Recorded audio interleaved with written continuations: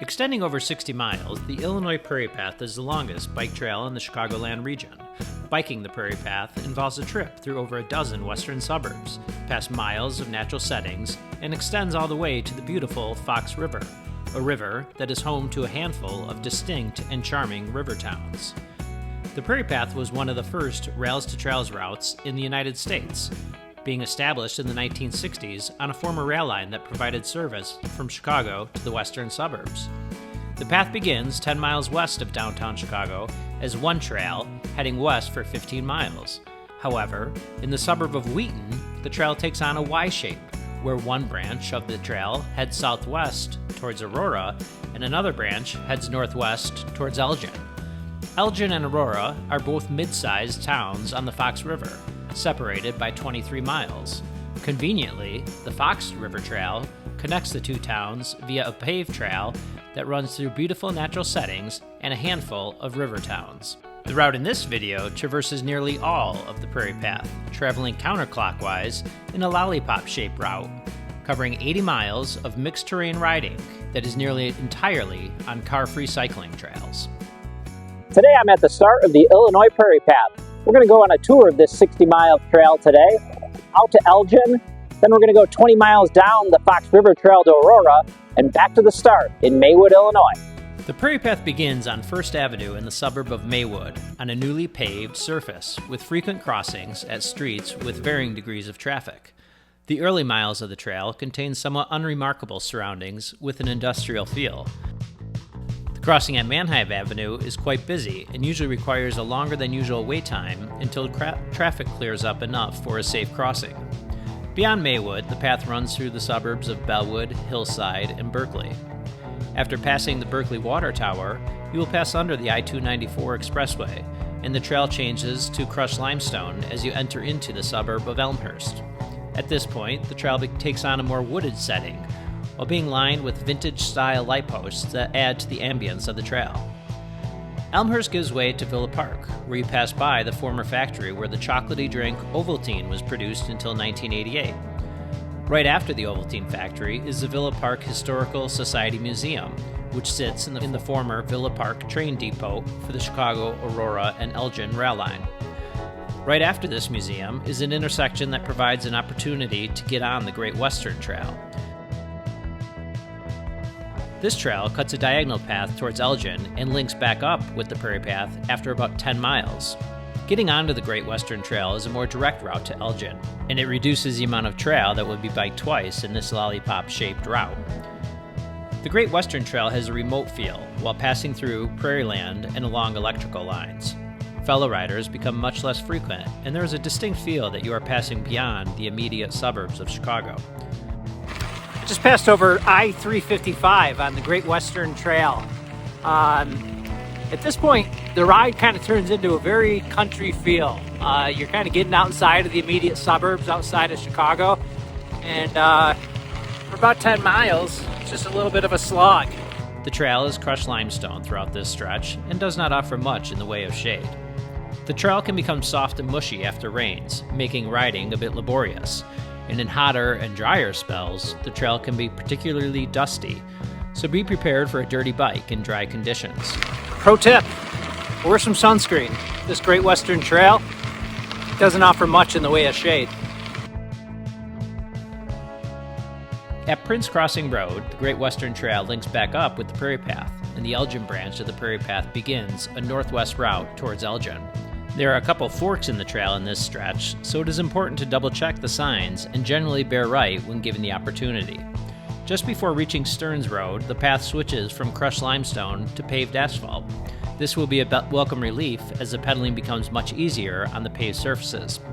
After passing under the Stearns Road and Route 25 underpasses, there is an option to go directly to the Fox River Trail and another on the right that continues traveling northwest to downtown Elgin.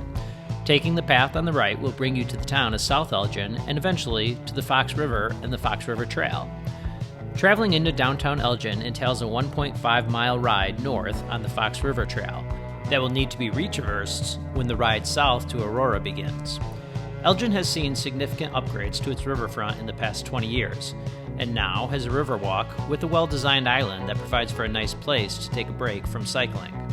There are also a few lunch options in downtown Elgin, along with some Art Deco buildings that you might want to check out.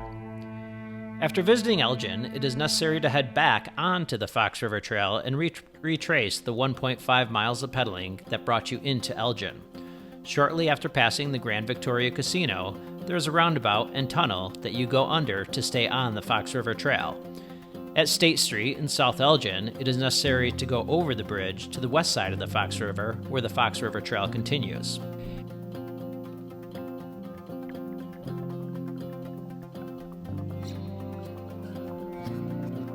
At the John Dewar Forest Preserve, there is a dramatic crossing of the Fox River over a wood-clad pedestrian bridge at a point in which the river takes a sweeping turn amidst multiple islands.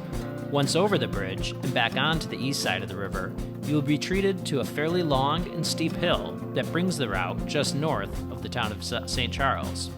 The approach to St. Charles gets away from the Fox River and does require some road riding.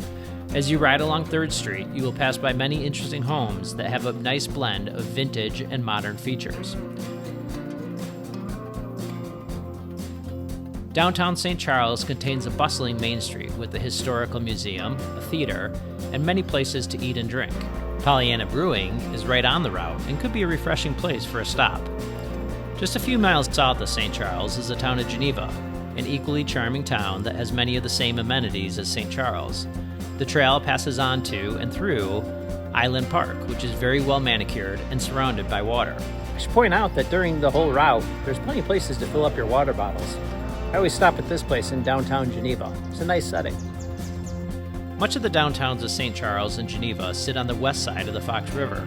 Therefore, checking them out will require getting off the trail and crossing a bridge to the west ends of their downtowns. Just south of Geneva sits the Dutch-style Fabian windmill, which dates to the 1850s and is nearly 70 feet tall.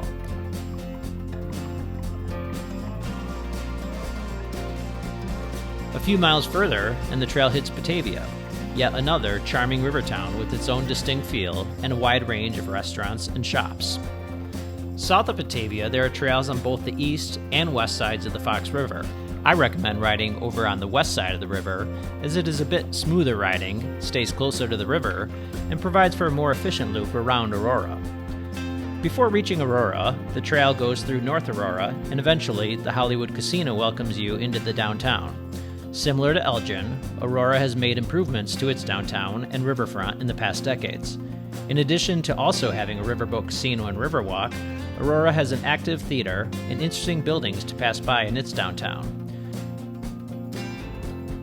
Two Brothers Roundhouse is just a couple blocks east of downtown and is another major brewery on this tour, conveniently located next to an Amtrak stop with trains that go back to Chicago.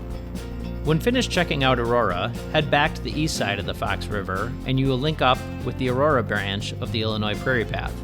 Riders are able to get a few last pedals along the Fox River before the route turns northeast towards the suburb of Wheaten. The trail changes back to crushed limestone at this point, and the route begins to run along electrical lines and for the most part has full sun exposure.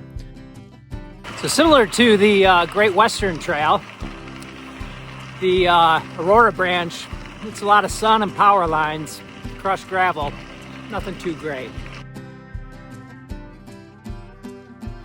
After the suburb of Warrenville, the trail passes through St. James Forest Preserve, which results in a wooded setting offering plenty of shade. St. James Farm is open to the public, and riders are free to ride through the grounds of this farm that features many buildings and amenities for equestrian uses. I'm back on the Prairie Path, done with the Fox River Trail. Final 30 miles back to Oak Park, Illinois. Behind schedule as always. Mishaps as always. But I'm feeling good. The Aurora branch of the Prairie Path terminates on Liberty Drive in downtown Wheaten. Here, the Aurora and Elgin branches link back up and the ride heads directly east. Wheaten has a nice downtown with shops along an Amtrak line that runs to downtown Chicago. Wheaten is also home to the stunning DuPage County Courthouse, a building that always reminds me of the clock tower from the 1995 classic Back to the Future.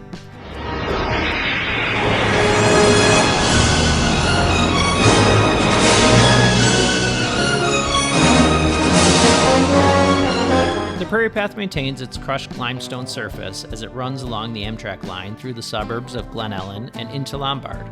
These were suburbs that the Great Western Trail ran through earlier in the ride.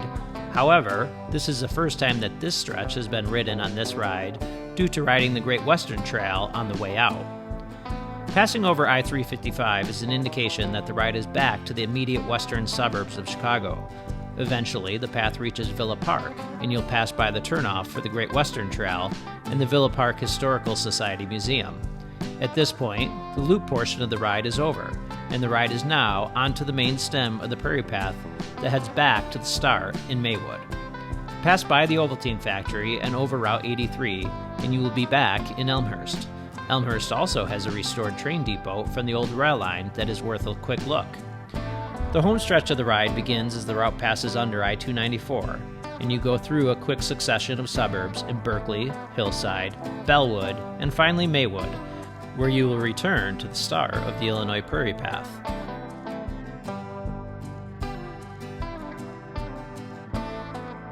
And that's a wrap. I'm back to the beginning.